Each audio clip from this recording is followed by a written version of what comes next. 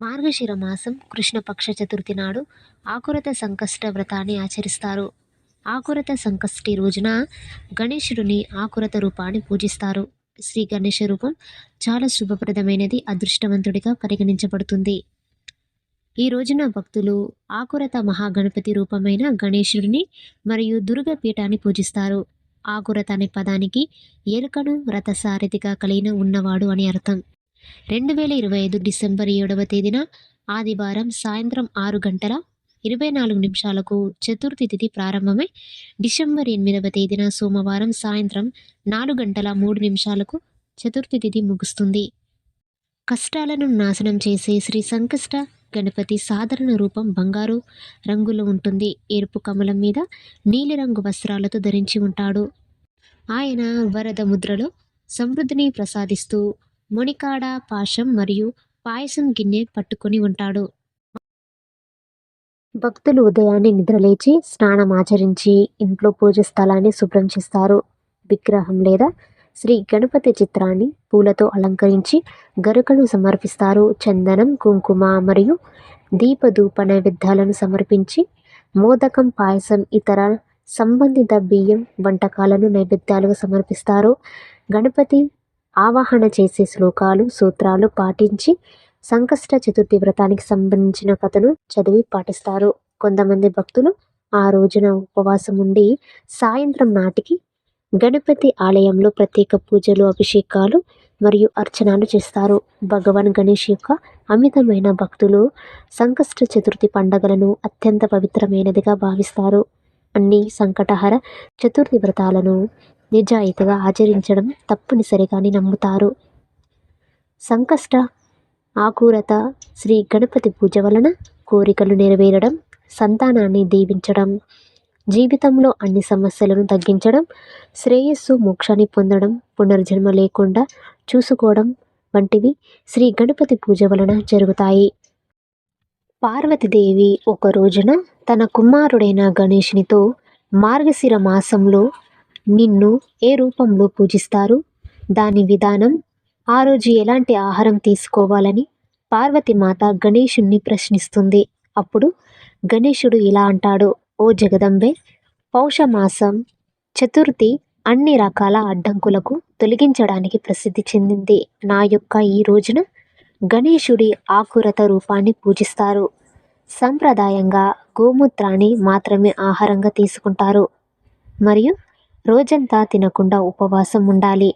ఉపవాస సమయాలలో పగటిపూట నిద్రపోకుండా బ్రహ్మచర్యం పాటించాలి. సాయంత్రం పూజ తర్వాత బ్రాహ్మణులకు ఆహారం ఇవ్వడం ఆచారం. ఈ పవిత్రమైన రోజున పాలతో తయారు చేసిన క్షీరాన్నం, స్వచ్ఛమైన నెయ్యిని కలిపి గణపతి మంత్రాన్ని పాటిస్తూ హావన వేడుకలో సమర్పించాలి. దీని గురించి ఒక పురాతన కథను నేను మీతో పంచుకుంటాను. ఒకసారి తన బలగర్వంతో మత్తులో ఉన్న రావణుడు దేవతలందరినీ ఓడించాడు. ఆ తర్వాత సాయంత్రం ప్రార్థనలో మునిగిపోయిన వానరరాజు వాలిపై రావణుడు దాడి చేశాడు. వానరరాజు వాలి ఎదుర్కొనే శత్రులకైనా వారి సగబలం అతనికి బదిలీ అయ్యేలా వాలి ఒక వరం కలిగి ఉన్నాడు. అందువల్ల వాలి తన సొంత బలాన్ని ఉపయోగించి రావణుడిని ఓడించి అతన్ని బంధించి ఆకాశం గుండా కిష్కింధపురానికి ఎగురుతూ తన చేతి కింద ఉంచాడు. రావణుడిని వాలి తన కుమారుడు అంగదుడికి బొమ్మల ఆడుకోవడానికి అప్పగించాడు. అంగదుడు రావణుడిని మెడలో తాడు వేసి నగరం చుట్టూ లాగడం ప్రారంభించాడు. రావణుడి దుస్థితిని చూసిన వారు, నగర నివాసులందరూ అతన్ని ఎగతాళి చేయడం ప్రారంభించారు. దీనివల్ల రావణుడి గర్వం కరిగిపోయింది మరియు అతను మానసికంగా తన తాత శ్రీ పులస్త్య మునిని పిలిచాడు. తన మనవడి పిలుపు విన్న పులస్త్య ముని అక్కడ ప్రత్యక్షమై తన శక్తివంతమైన మనవడు ఎందుకు ఇలాంటి పరిస్థితిలో ఉన్నాడో చూసి ఆశ్చర్యపోయాడు. రావణుడి పిలుపుకు కారణమేమిటని అడిగాడు. అప్పుడు రావణుడు ఇలా అన్నాడు: ఓ పితామహ, దేవతలను ఓడించిన తర్వాత నేను అహంకారి అయ్యాను. దాని ఫలితంగా నేను ఈ దుస్థితిని అనుభవిస్తున్నాను. పశ్చిమ సముద్ర తీరంలో తన సాయంత్రం ప్రార్థనలో మునిగిపోయిన వానర రాజును నేను ఎదుర్కొన్నాను. అతని వెనుక నుండి అతనిపై దాడి చేయడానికి ప్రయత్నించాను. అయితే అతను బదులుగా నన్ను బంధించాడు. అతను నా మెడకు ఒక తాడు కట్టి తన కొడుకుతో ఆడుకోవడానికి ఇచ్చాడు. ఇప్పుడు నా దుస్థితిని చూసి అందరూ నన్ను ఎగతాళి చేస్తున్నారు. ఈ దురదృష్టం నన్ను బాధపెడుతుంది. ఈ తాడు నన్ను బలహీనపరిచింది. ఓ పితామహ, నేను ఇప్పుడు ఏం చేయాలి? నువ్వు మాత్రమే నన్ను రక్షించగలవు. అప్పుడు పులస్త్యముని ఇలా అన్నాడు: ఓ రావణ, చింతించకు, నేను నిన్ను తప్పకుండా విడిపిస్తాను. ఈ వాలి దేవరాజ ఇంద్రుడు పుత్రుడు, నీకంటే పరక్రమవంతుడు మరియు శక్తివంతుడు.